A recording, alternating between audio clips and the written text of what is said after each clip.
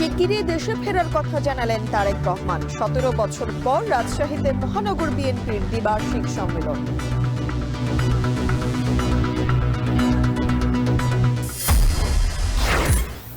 সম্পূরক তালিকায় ভোটার 12,61,00,000, নতুন 24 লাখ। নির্বাচন হতে পারে 8 ফেব্রুয়ারি। পুলিশের জন্য কেনা হচ্ছে 40,000 বডি ক্যামেরা।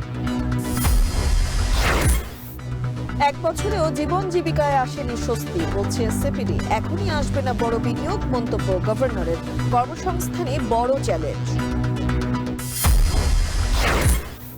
নিউমেরিং, লালদিয়া ও বে টার্মিনালে ডিসেম্বরে অপারেটর নিয়োগে চুক্তি। লাভবান হবে নতুন সরকার, দাবি বিডা চেয়ারম্যানের।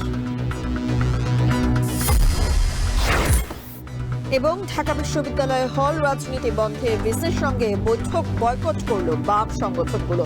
জাহাঙ্গীরনগর বিশ্ববিদ্যালয় ছাত্র সংসদের নির্বাচন 11 সেপ্টেম্বর।